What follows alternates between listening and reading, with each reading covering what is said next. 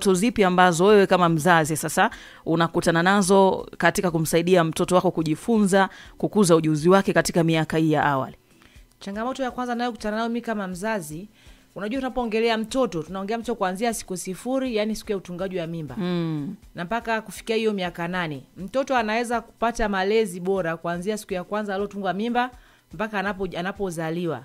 Lakini baada ya kuzaliwa ana zile siku 360 ambazo anaweza akawa katika hali ile ya kunyonya tu au kukaa tu nyumbani. Lakini baada ya pale mtoto anatakiwa kuwe sawa kujifunza vitu mbalimbali. Na hapo asilimia kubwa mzazi ndio ana mchango mkubwa kwenye kumfundisha huyu mtoto. Kama mzazi atakuwa na tabia mbovu, huo ndio wakati sasa wa mtoto kujifunza tabia zote mbovu. Lakini kama mzazi atakuwa na tabia nzuri, huo muda ndio mzazi atakiwa akae na mtoto wake waje kufundisha vitu vizuri.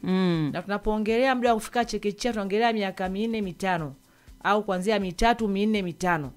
Huu hapa sasa ni wakati ambako mtoto ubongo wake unaingiza vitu vingi sana. Na umri huu sasa mtoto akiingiza kitu kwenye ubongo ni vigumu sana kukitoa kile kitu. Kwa sababu akili yake inakuwa inajifunza na inashika sana hicho kitu.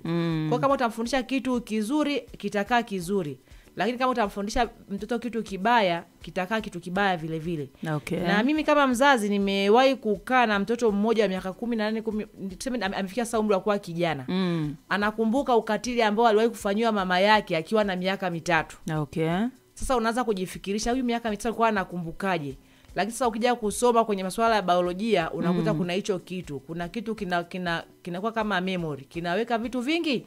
Na kikifika muda fulani kinafunguka, anaanza kulicall kitu kimoja kimoja.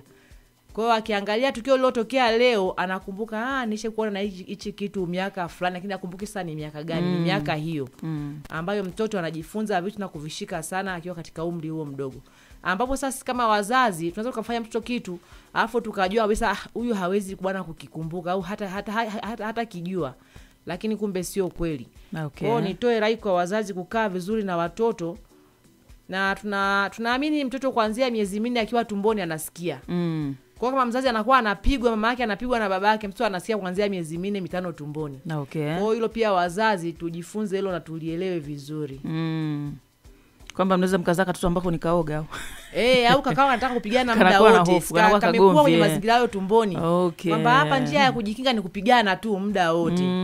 Kwa hiyo mbona wazazi wanapigana muda wote, mabishano? Kwa hiyo akichoka anajua ni moja ya maisha yake. Kwamba maisha duniani ni kupigana tu muda wote. Hiyo anakuwa ameipata tangia akiwa tumboni miezi 5 ya ujauzito mpaka anapozaliwa.